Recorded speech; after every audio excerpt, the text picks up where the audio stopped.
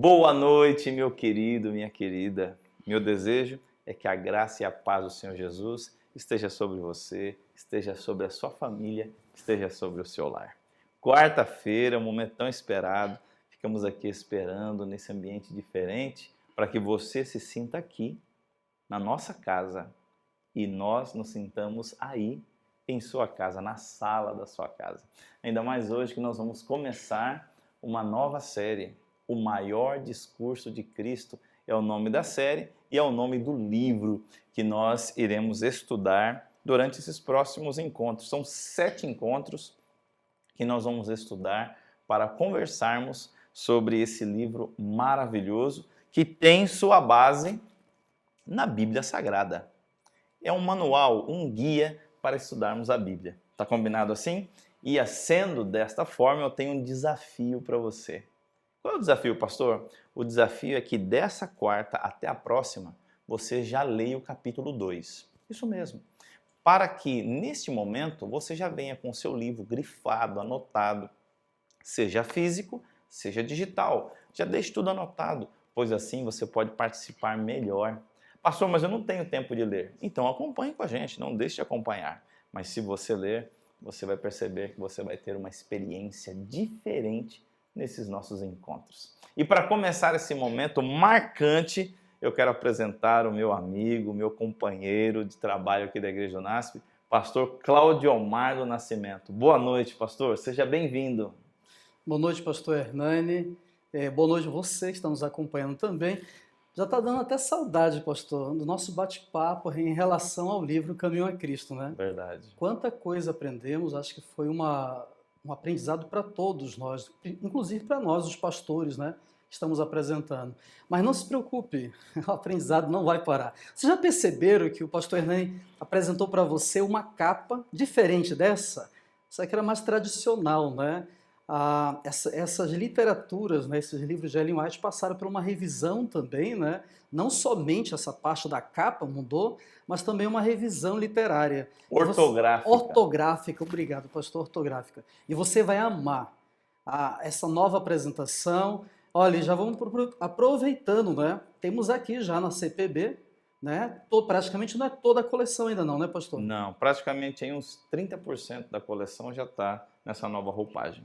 Olha, será um prazer, então, nas noites de quarta-feira, discutir e aprender, conversar com você a respeito do Maior Discurso de Cristo.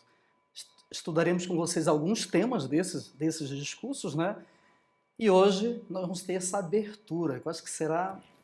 O capítulo é pequenininho, mas temos muito que aprender com ele. É verdade. Enquanto você busca o seu livro, enquanto você busca a sua Bíblia, enquanto você compartilha esse link e se inscreve no canal, ou segue a página se você está pelo Facebook, eu convido você a juntos cantarmos esse hino que vai preparar o nosso coração para esse estudo.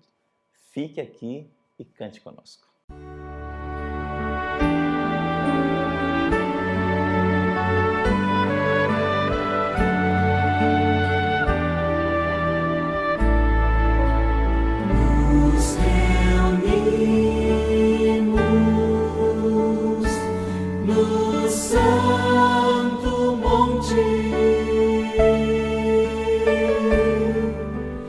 E eu sei que existe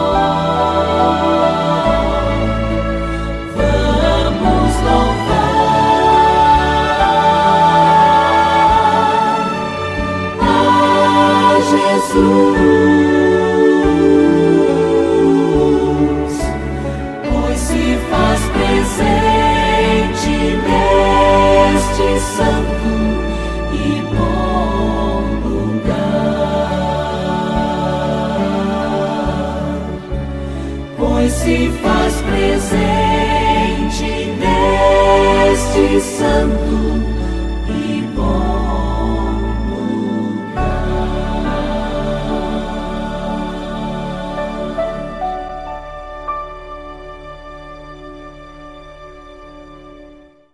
Que hino maravilhoso, né? Um hino lindo, imagens que nos inspiram e nós queremos louvar o nome de Deus por tanta bondade. E para começarmos o nosso estudo, pastor Claudio Omar, o senhor pode dirigir a prece nesse momento de abertura do nosso estudo, por favor? Quero convidar vocês também, nesse momento, a fechar nossos olhos. Vamos falar com Deus. Pai de amor, nós somos gratos a Ti pelo privilégio, Senhor Deus, que temos a cada noite, a cada quarta-feira, aprender um pouco da Tua Palavra. Estamos começando essa nova série, Senhor Deus, o maior discurso de Cristo baseado nesse livro de Ellen White. E eu clamo a Ti, temos pessoas ainda que precisam tomar decisões. E eu acredito que através desses temas, desses discursos, que nós encontramos na Bíblia, Pai de amor, vidas serão transformadas. Por isso eu clamo que Teu Santo Espírito possa conduzir tanto eu como o pastor Hernani também neste momento. É o que te clamo, o que te peço, por Jesus Cristo. Amém. Amém. Eu quero começar lendo um texto que está em Mateus, capítulo 5, verso 1. E ele vai dizer o seguinte: Vendo Jesus as multidões, subiu ao monte, e como se assentasse, aproximaram-se os seus discípulos, e ele passou a ensiná-los. Veja, pastor Claudio Omar, amigos, o monte parece ser um cenário muito importante, né? Sempre que Deus quer falar alguma coisa com o seu povo, ele se manifesta no monte. A gente vai aprofundar um pouquinho mais isso durante a leitura, mas é muito interessante. Deus, ele escolhe lugares marcantes para poder fazer as suas proclamações. Deus escolhe lugares especiais, lugares que mexem com a nossa mente, nosso coração, para trazer mensagens muito profundas para nós, seus filhos. E eu quero começar também lendo aqui, pastor Claudio Omar, essa primeira parte, esse primeiro trecho. Falando em monte, né? Isso. Vamos falar um pouquinho sobre o monte. Diz assim, olha, o tema, né, na encosta do monte. Mais de 1.400 anos antes do nascimento de Jesus em Belém, os filhos de Israel haviam se reunido no belo vale de Siquém, e das montanhas que ladeavam ouviu-se a voz dos sacerdotes proclamando as bênçãos e maldições. A bênção se cumprissem os mandamentos do Senhor, e a maldição se não cumprissem. Assim, o monte de onde foram proferidas as bênçãos veio a ser conhecido por Monte da Bênção.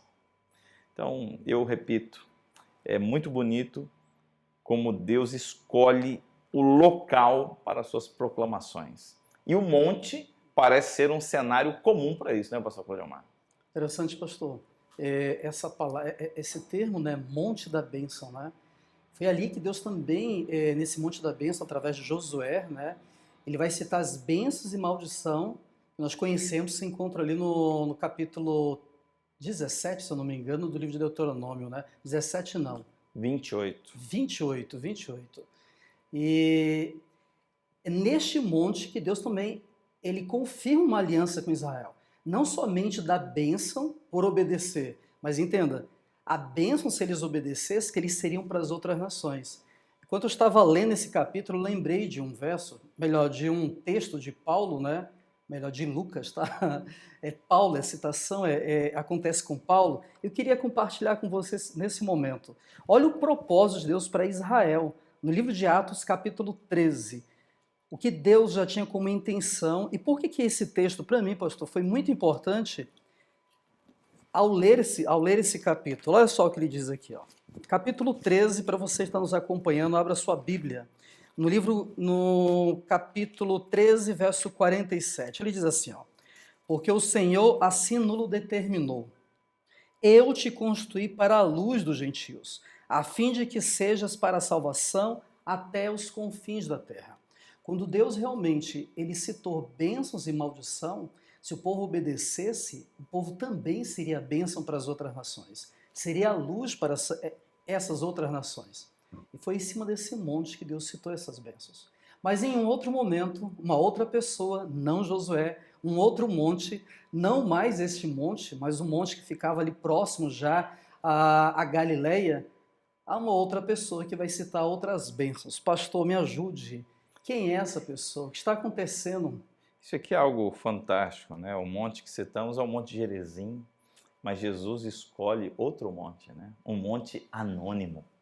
Sabe, pastor Cláudio, eu viajo nessas horas, sabe? Jesus veio trazendo uma nova roupagem de pregações, uma nova roupagem de interpretação.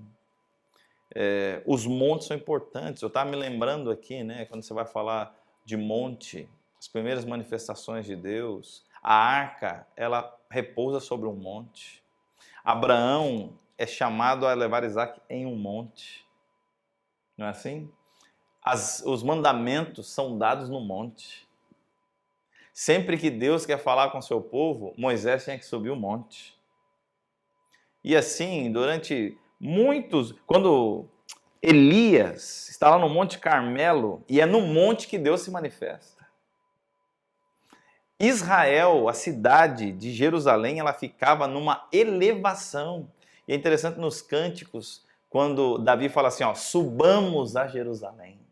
Subamos, a ideia de você ter que ir para ouvir a voz de Deus. Em contraste com o Egito, que sempre que diz que o povo vai para o Egito, o povo tem que descer. Então o povo tem que sair de onde está para rebaixar-se, enquanto aqueles que estão rebaixados se elevam indo até o monte. E aqui Jesus, para iniciar as suas bênçãos sobre o povo, para trazer esperança, ele sobe ao monte. Então nós encontramos Jesus marcando esse ponto. Quantos não tem marcado a história de Isaac, da arca de Noé, de Elias e muitos outros? Os mandamentos, Moisés, no Monte Pisga. Quando Moisés, Deus fala assim, Moisés sobe que você vai ver, mas você não vai entrar. Moisés tem que subir no Monte Pisga. E de lá ele olha e dali nunca mais desce.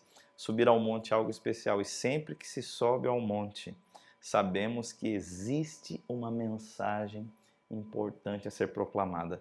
E quando Jesus sobe aqui, realmente, ele tem uma grande mensagem. Pastor, por favor. Havia uma expectativa, né, muito grande a respeito desse momento com Cristo.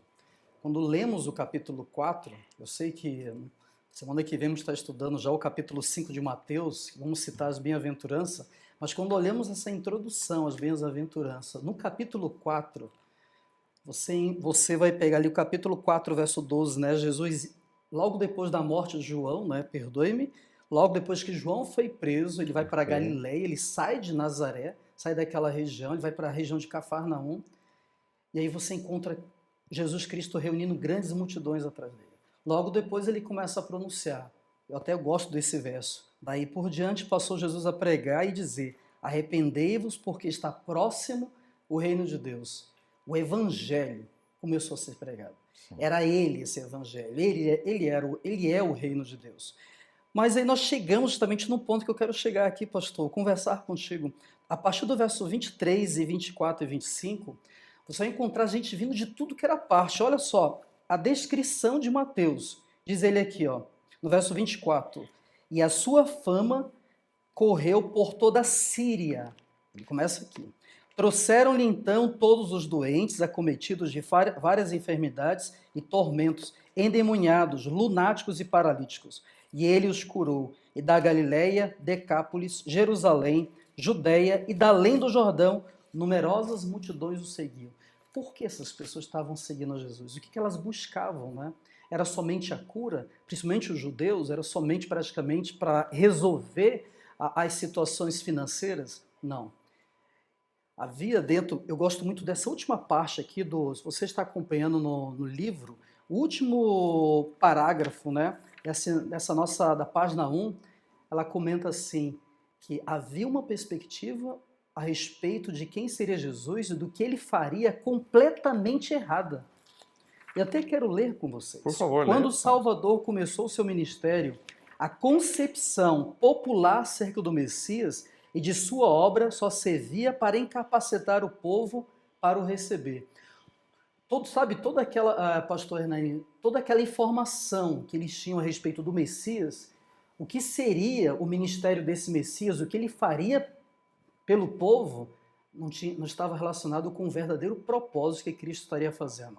Então, qual era essa concepção errada? Aonde que o povo estava errando? Ela continua dizendo assim, ó, o espírito da verdadeira, o espírito da verdadeira devoção se havia perdido na tradição e no cerimonialismo. E as profecias eram interpretadas segundo os preconceitos de corações orgulhosos e amantes do mundo. Não estavam relacionadas realmente com o propósito de Cristo. Aquilo que eles estavam almejando, quando estavam vendo Cristo subindo naquele monte, não estava relacionado com o propósito de Cristo. Só para concluir aqui, esse primeiro parágrafo da página 2, ela diz assim, ó, os judeus aguardavam aquele que deveria de vir, não como um salvador do pecado, mas como um grande príncipe que poria todas as nações sobre o domínio do leão da tribo de Judá. Olha a expectativa. Então agora ele chegou. Nós vamos conquistar o governo romano. Suas posses serão nossas. Daqui a pouco até vamos trazer um texto que ela fala assim, eles almejavam até as casas dos romanos, as roupas dos romanos almejavam. Então, a expectativa de ver Cristo subindo naquele monte não estava relacionada com o mesmo propósito de Cristo. Era completamente diferente. Então, você tem uma expectativa do povo e a outra de Cristo. E o legal é como Cristo vai conduzir tudo isso. Ele não vai discordar de ninguém, mas vai ser através das palavras. Semana que vem, você vai ter que estar com a gente para saber. Através do que ele vai pregar e vai trazer. Ele vai quebrar praticamente todas as inverdades, poderia falar assim, coisas que ele nunca falou, que não estavam escritas. Coisas que foram pregadas segundo o preconceito e orgulho do ser humano. Então, eu fico perguntando, pastor Hernani, será que hoje também aguardamos a volta de Cristo, mas com um sentimento, né, de orgulho e egoísmo? O que eu vou ter no céu? Minha vida vai melhorar muito agora, não com o propósito de me relacionar com aquele com quem eu vou me encontrar. Eu gosto muito de pensar, sabe, sobre esse assunto. Por que quero ir para o céu? Realmente é para se encontrar com o meu Salvador? Ou realmente estamos atrás, né, do que Ele está oferecendo para cada um de nós? Não estou dizendo que você almejar o céu por querer uma vida melhor está errado. Estou querendo dizer para você que o propósito de Ele nos conduzir ao céu é desde o início do Éden, é a mesma verdade. Ele quer conviver com você, quer conviver comigo, mandou fazer um santuário para que possa habitar no nosso meio. No Jardim do Éden, a cada dia ele estava ali para ter um encontro com Adão e Eva. Sempre foi esse desejo de Deus. Viver com cada um de nós. Eu gosto que Paulo comenta sobre isso, capítulo 5, né, 2 Coríntios, capítulo 5, ele comenta que Deus, o Pai, através de Cristo, está reconciliando o mundo com Ele. Então, quando olhamos para Cristo, pensamos na volta dele, o que queremos? O que pensamos? O que você está almejando com tudo isso? Porque o que eles almejavam, ao ver Cristo subindo naquele monte, não era o mesmo propósito que Deus tinha no seu coração. Olha, pastor Cleomar, eu fico assim pensando, eles não nasceram com essa expectativa, né? Não. Essa expectativa, eles pensaram de todas as promessas que foram dadas. Então, o Antigo Testamento é repleto de promessas do rei Davídico, aquele rei que viria, governaria, uniria as 12 tribos. E eu imagino a decepção deles ao ver que Jesus não veio montado como um rei. Porque eles liam a Bíblia, mas só pensavam o que queriam. E por isso chegaram a essa conclusão errônea. Como o senhor bem colocou, hoje a história continua a mesma. Muitas pessoas procuram Cristo na Bíblia, leem a Bíblia, mas só tiram da Bíblia aquilo que querem enxergar. Talvez você seja uma pessoa dessas. Você lê a Bíblia, é uma pessoa fiel a Deus, mas só tem sido fiel às promessas que você quer. Promessas de livramento, promessas de uma vida melhor, meu amigo, minha amiga. Deus prometeu isso, mas não só isso. Existe toda uma sequência de valores, como o pastor Claudio Omar muito bem colocou.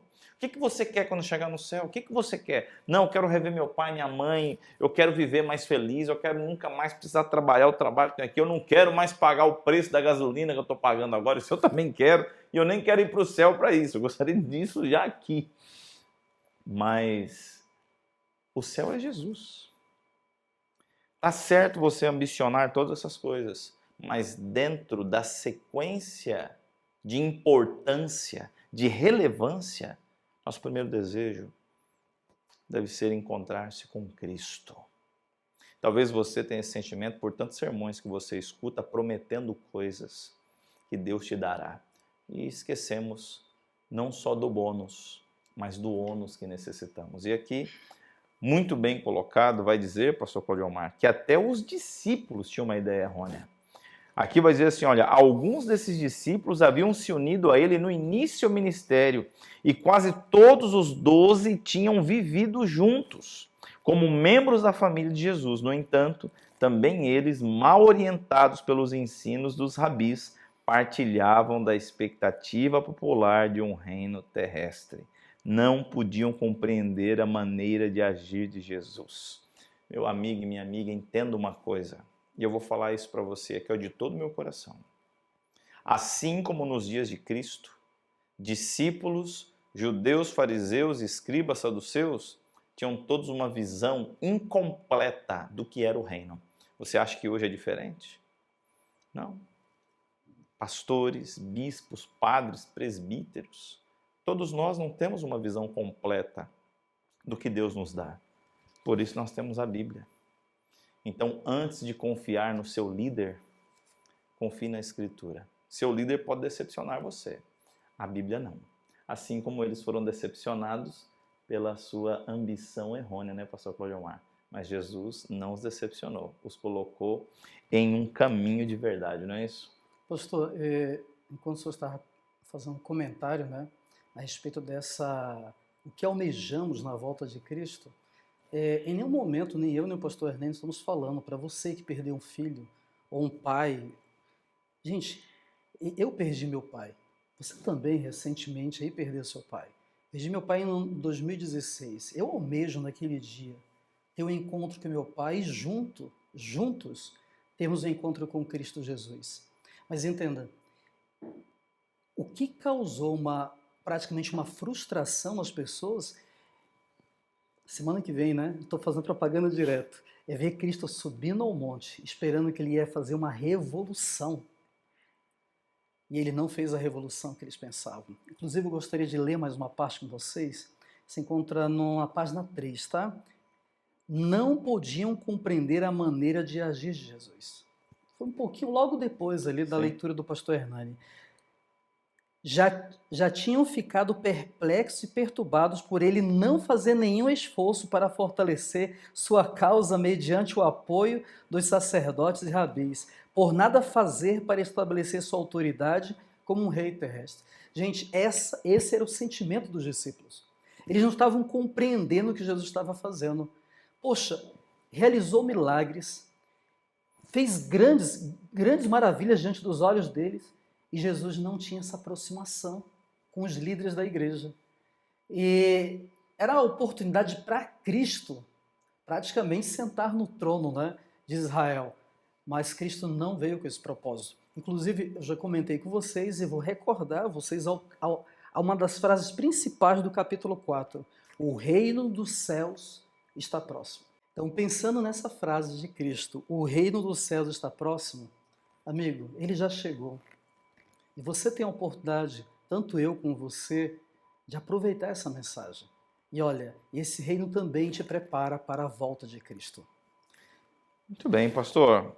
Talvez a pessoa agora fique perguntando, né? Porque a gente acha que foi um pouco até duro aqui com nossos queridos e amados, mas é duro, mas é com carinho, é com amor, né? É com amor. É um pai que está falando com seus filhos, é um pastor que está guiando seu rebanho. E veja, Jesus não desistiu dos seus discípulos porque eles tinham uma concepção errônea das coisas. Vai dizer assim, olha, como eles correspondiam ao amor de Cristo, Embora fossem tardios de coração para crer, Jesus via neles aqueles a quem podia educar e disciplinar para a sua grande obra. Jesus nunca desiste da gente.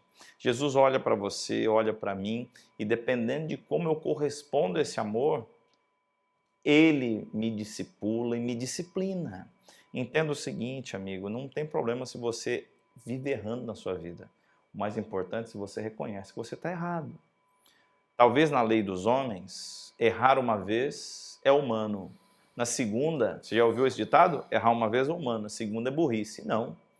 Isso pode ser na lei dos homens. Na lei de Deus, na lei da Bíblia, a forma com que a Bíblia trabalha é o seguinte: errar uma vez é humano. Errar 2 vezes é humano. Errar 50 vezes é humano. Errar é humano. E Jesus entende isso. Por isso que Ele não desiste da gente. Ao contrário, Ele sim insiste com a gente. Ele insiste com você e comigo. Não é isso, pastor Claudio Almar? Ele insiste com a gente. Acho que tanto eu como o pastor Hernani, creio que você também, né, já teve essa experiência com Deus, né, de insistência, né? Ele não desiste. E eu fico pensando, pastor, quantas vezes nós criamos uma expectativa a respeito dos planos de Deus para a gente. Quando de repente parece que Ele vai frustrando todos os nossos planos. Sonhamos com uma coisa e percebemos depois que o sonho de Deus é outro. E está bem vindo à mente aqui vários sonhos, vários planos, né? E teve momentos que eu achei que estava dando tudo errado. Você conhece muito bem minha história, né? Eu sonhei por muito tempo, olha, desde os 12 anos de idade, quando eu conheci a igreja adventista e fui batizado, o meu sonho era ser um pastor. Mas olha, dos 12 anos, eu vou revelar minha idade aqui, né? Até meus 39 anos, não tenho 39 agora, já passei, mas até meus 39 anos esse sonho estava lá, latente. Mas era algo assim que, não sei se você está vendo a televisão daí, sabe, a gente queria alcançar e não dava. Mas durante esse período que eu sonhei, que eu almejei isso, estava aqui dentro do coração, Deus me ensinou tanta coisa com essas frustrações, essas coisas me trouxeram perplexidade para a minha vida também. Oração, comunhão, chorar aos pés dele. E quando eu pensei que acabou, não tenho mais chance, Deus me deu a oportunidade de fazer o curso de teologia e hoje, atualmente, sou um dos pastores da Igreja do NASP, justamente com o pastor Hernani e o pastor Elias. Olha a volta que Deus fez na minha vida. Os sonhos que ele tinha no coração dele eram bem maiores do que o meu. Então, quando eu olho para os discípulos, pastor Hernani, tendo sonhos com Cristo, pensando nos planos que eles tinham, não para Cristo, mas para eles, não para Cristo na vida deles, mas para eles, através de Cristo, conquistar as coisas dessa terra, né, as riquezas que eram o que eles almejavam também, e ter o reino de volta, Deus vai frustrar seu plano, amigo, não vai dar certo. Ele frustrou o meu, com certeza, já frustrou do pastor Hernani, frustrou dos discípulos, mas ele não faz isso porque ele não te ama, ele faz isso porque te ama, ou porque você não compreendeu qual é o desejo dele para a sua vida. Então, eu gostaria de ler aqui, pastor, ainda dessa página 4, a última parte ali, ó. Como se pressentisse que algo acima do comum estava para ocorrer, os discípulos se haviam comprimido em torno do mestre. Em vista dos acontecimentos daquela manhã, eles estavam certos de que seria anunciada qualquer coisa relativamente ao reino que, segundo ansiosamente esperavam, ele devia em breve estabelecer. Estava ali. Semana que vem você vai estudar isso com a gente, né? O sentimento dos discípulos ao ver Jesus subir no monte. A multidão estava também possuída de um sentimento de expectação, e as faces ansiosas demonstravam profundo interesse. Seu coração se encheu de pensamento ao pensar na glória futura, não na glória de Deus, mas naquilo que eles conquistariam. Temos tanto para aprender com essa história, né, e com os discípulos também, né? Eu lembro aqui não lembro agora o nome dos dois, né? Eu acho que era João e Tiago, me corrija, pastor. Quando a mãe dele se apresenta para Cristo pedindo para cada um sentar do lado, né? Senhor, permita que meus filhos se sentem ao teu lado. Quando ela vai fazer esse pedido, não está pensando no reino dos céus, está pensando no reino dessa terra. E olha, pastor, me permita me aprofundar um pouco nessa parte dos nossos desejos. Quantas orações, quantas lágrimas que derramamos aos pés de Cristo por coisas que envolvem o nosso egoísmo, não o plano de Deus. Quantos sonhos que pensamos, sonhamos e lutamos, abandonamos a família muitas vezes, abandonamos a Cristo, buscando sonhos que achamos que Deus colocou no nosso coração. E às vezes, como aconteceu com os discípulos, né, porque pintaram o Messias de uma forma diferente, o que apresentaram para eles não era aquilo que estava na Bíblia. Quantas vezes, né, vários pastores de denominações trazem essa expectativa que se você for fiel, se você doar tanto, você vai receber tanto, sabe? É uma troca. Gente, a igreja não é uma casa lotérica onde você faz apostas com Deus. Eu vou investir isso para receber isso. Sabe, quando você toma a decisão de entregar a vida para Deus, por favor, não barganhe com Deus. Eu trabalhei durante algum tempo, fiz estágio, né, quando eu fazia a faculdade de enfermagem, e a gente presenciava as pessoas barganhando com Deus. Senhor, se tu me curar, eu te prometo que eu vou mudar isso. Ou você nunca barganhou com Deus? Já fez barganha, Senhor? Olha, se isto acontecer, eu te prometo que eu vou fazer isso. Amigo, Deus não precisa disso. A palavra dele é a palavra dele, é por isso que ele é Deus. Ele prometeu. E pronto, te apega a essa palavra. E não caia na besteira que os discípulos, no que eles viveram, sabe? Naquele sentimento. Quer saber qual é o sonho de Deus para você? Onde eu posso te falar? Salvar você. É um dos maiores sonhos. Ele deu a vida do filho dele por você, para você. Ele parou o céu inteiro. Anjos de Deus estão aqui, trabalhando em função da tua salvação. O Espírito Santo veio para essa terra, concedido pelo Pai também, por causa de você. O Filho morreu na cruz por causa de você. Você tem dúvida ainda do plano de Deus para você? Mas pastor, isso aqui está dando errado, estou desempregado, o meu filho está doente. Pastor, eu não sei o que fazer. Amigo, para pensar. Existe um sonho que Deus tem para você. E Ele vai realizar esse sonho, se você permitir. Amém. Pastor Cleomar, o tempo voa. Voa, né, pastor? Já acabou o nosso tempo. Eu quero fazer minha participação final praticamente nesse momento. Vou convidá-lo a fazer a sua final também. E eu quero fazer isso através do texto que está aqui. Eu acho que é o penúltimo parágrafo, diz assim. Logo depois do que o senhor leu aí. Enquanto estavam ali sentados na verde encosta, esperando as palavras do Divino Mestre, o coração deles se encheu de pensamentos a respeito da glória futura. Havia escribas e fariseus que antecipavam o dia em que teriam domínio sobre os odiados romanos e possuiriam as riquezas e o esplendor do maior império do mundo. Veja, amigo, estavam no lugar certo, estavam ouvindo a pessoa certa, estavam ouvindo uma mensagem poderosa, mas com o foco errado.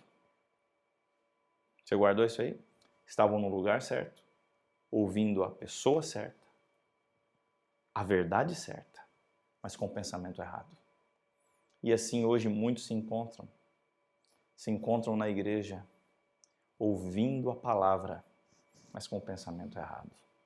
E isso distorce, atrapalha, confunde a nossa interpretação sobre Deus.